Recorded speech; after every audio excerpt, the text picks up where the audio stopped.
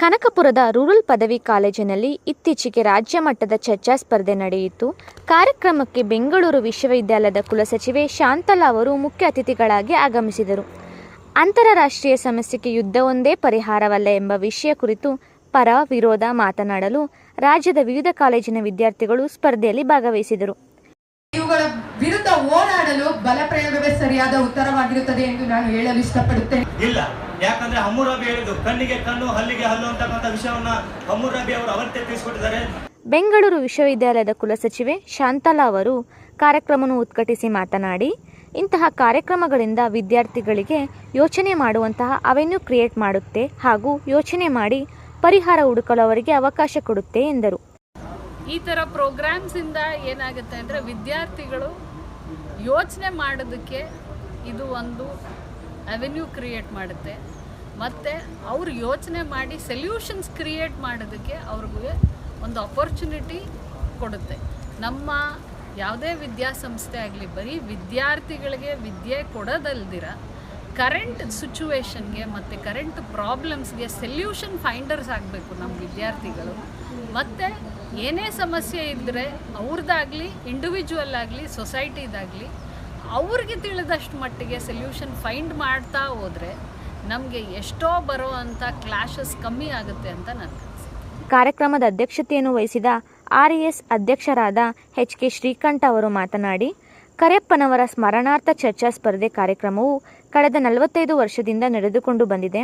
ಚರ್ಚಾ ಸ್ಪರ್ಧೆಯು ವಿದ್ಯಾರ್ಥಿಗಳ ವಿಮರ್ಶಾತ್ಮಕ ಚಿಂತನೆ ಹಾಗೂ ವಾಕ್ಚಾತುರ್ಯವನ್ನು ಬೆಳೆಸುವಲ್ಲಿ ಮಹತ್ವದ ಪಾತ್ರ ವಹಿಸುತ್ತದೆ ಎಂದರು. ಕರಿಯಪ್ಪನವ್ರ ನೆನಪು ಕ್ಯಾರಿ ಮಾಡೋಕ್ಕೆ ಇವೆಲ್ಲ ಪ್ರೋಗ್ರಾಮ್ಸ್ ಮಾಡಿದ್ರು ಆವತ್ತಿನ ಅವಶ್ಯಕತೆಗೆ 3 ಶೆಡ್ ಹಾಕೊಂಡು ಆವತ್ತು ಅವೇರ್ನೆಸ್ ಇಲ್ಲದಾಗ ಅವತ್ತು ಎಲ್ಲ ಬಡವ್ರಿಗೂ ಸೇರಿ ಯಾರು ವಿದ್ಯೆ ಕೇಳ್ತಾರೆ ಅವ್ರಿಗೆಲ್ಲ ಕೊಟ್ಟು ಬೆಳೆಸ್ತದಂಥದ್ದು ಅವ್ರ ಹಿನ್ನೆಲೆ. ಬಟ್ ಈಗ ನಮಗೂ ಇದೆ ಈ ಮ್ಯಾನೇಜ್ಮೆಂಟ್ ಅವ್ರಿಗೆ ಆ ಕರಿಯಪ್ಪನವ್ರ ನೆನಪು ಬರಬೇಕು ಅಂತಂದರೆ ಇವತ್ತಿನ ಅವಶ್ಯಕತೆಗೆ ಈ ಸಂಸ್ಥೆಯ ವಿದ್ಯಾಕ್ಷೇತ್ರದಲ್ಲಿ ತಗೋಬೇಕಾಗುತ್ತೆ, ಅಕಾಡೆಮಿಕ್ ಲೆವೆಲ್ ತಗೋಗುತ್ತೆ. ಅದೇ ಒಂದು ಪ್ರಯತ್ನ ಈಗ ನಾವು ಕೂಡ ಮಾಡ್ತಾ ಇದ್ದೀವಿ. ರೂರಲ್ ಪದವಿ ಕಾಲೇಜಿನ ಪ್ರಾಂಶುಪಾಲರಾದ ಡಾಕ್ಟರ್ MS ಕೆಂಪೇಗೌಡ ಅವರು ಮಾತನಾಡಿ, ಚರ್ಚಾ ಸ್ಪರ್ಧೆಗೆ ರಾಜ್ಯದ ಎಲ್ಲ ಜಿಲ್ಲೆಗಳಿಂದ ವಿದ್ಯಾರ್ಥಿಗಳು ಬಂದಿದ್ದಾರೆ.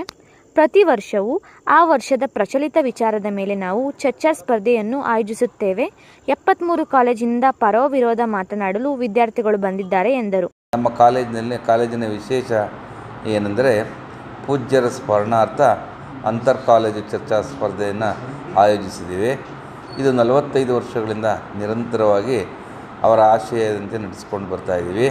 ಈ ಚರ್ಚಾ ಸ್ಪರ್ಧೆಗೆ ರಾಜ್ಯದ ಎಲ್ಲ ಜಿಲ್ಲೆಗಳಿಂದ ಅಂದರೆ ಉಡುಪಿ, ಬೀದರ್, ಬೆಳಗಾಂ, ಕೊಪ್ಪಳ, ಗುಲ್ಬರ್ಗ, ರಾಯಚೂರು, ಬೆಂಗಳೂರು, ತುಮಕೂರು, ಹಾಸನ, ಎಲ್ಲ ಮಂಡ್ಯ, ರಾಮನಗರ ಎಲ್ಲ ಜಿಲ್ಲೆಗಳಿಂದ ಸ್ಪರ್ಧಾರ್ಥಿಗಳು ಬಂದಿದ್ದಾರೆ. ಈ ವರ್ಷದ ಚರ್ಚಾ ವಿಷಯ ಅಂತಾರಾಷ್ಟ್ರೀಯ ಯುದ್ಧ ಒಂದೇ ಪರಿಹಾರವಲ್ಲ ಅನ್ನೋದ್ರ ಬಗ್ಗೆ ಸುದೀರ್ಘವಾದಂಥ ಇದು ಪರ ವಿರೋಧ ಚರ್ಚೆ ಇಂದು ನಡೆಯುತ್ತಿದೆ. ನಮ್ಮ ಸಂಸ್ಥಾಪಕರ ಆಶಯವೇನು ಅಂದರೆ ವಿದ್ಯಾರ್ಥಿಗಳು ಪಠ್ಯಪುಸ್ತಕದ ಜೊತೆಗೆ ಬೌದ್ಧಿಕವಾದಂಥ ವಿಚಾರಗಳ ಬಗ್ಗೆ ಚರ್ಚಿಸಿ ಜ್ಞಾನವನ್ನು ವೃದ್ಧಿಸಿಕೊಳ್ಳಬೇಕು ಅನ್ನೋದವರ ಆಶಯವಾಗಿತ್ತು. ಅವರ ಆಶಯದಂತೆ ನಾವು ಪ್ರತಿ ವರ್ಷ ಆ ವರ್ಷದ ಪ್ರಚಲಿತ ವಿಚಾರದ ಮೇಲೆ ನಾವು ಚರ್ಚಾ ಸ್ಪರ್ಧೆಯನ್ನು ಆಯೋಜಿಸ್ತೀವಿ. ನಮ್ಮ ಈ ವರ್ಷದ ಚರ್ಚಾ ಸ್ಪರ್ಧೆಗೆ 73 ಕಾಲೇಜುಗಳಿಂದ ಪರ ವಿರೋಧ ಬಗ್ಗೆ ಅವರ ಅಭಿಪ್ರಾಯವನ್ನು ಮಂಡಿಸಲು ಚರ್ಚಾಪಟುಗಳು ಬಂದಿದ್ದಾರೆ. ಹಿರಿಯ ಪತ್ರಕರ್ತರು ಹಾಗೂ ಅಂಕಣಕಾರರಾದ ಶ್ರೀ N ಸಿದ್ದೇಗೌಡ, ಬೆಂಗಳೂರು ಖಜಾನೆ ಇಲಾಖೆಯ ಪ್ರಥಮ ದರ್ಜೆ ಸಹಾಯಕರಾದ ಶ್ರೀಮತಿ ರೂಪಾ ಮತ್ತು ಸರ್ಕಾರಿ ಪ್ರಥಮ ದರ್ಜೆ ಕಾಲೇಜು ರಾಮನಗರದ ಅರ್ಥಶಾಸ್ತ್ರ ವಿಭಾಗದ ಸಹಾಯಕ ಪ್ರಾಧ್ಯಾಪಕರಾದ ಶ್ರೀ KB ಮಹಾದೇವಸ್ವಾಮಿ ಚರ್ಚಾ ಸ್ಪರ್ಧೆಯ ತೀರ್ಪುಗಾರರಾಗಿದ್ದರು. ಚರ್ಚಾ ಸ್ಪರ್ಧೆಯಲ್ಲಿ ಮೊದಲ ಬಹುಮಾನ ಶ್ರೀ ಕರಿಯಪ್ಪ ಕೃಷಿ ಕಾಲೇಜು ಪಡೆದರೆ, ದ್ವಿತೀಯ ಬಹುಮಾನ JCTE ಮೈಸೂರು ಹಾಗೂ ತೃತೀಯ ಬಹುಮಾನ ಮಹಾರಾಣಿ ಕಾಲೇಜು ಮೈಸೂರು ಪಡೆಯಿತು.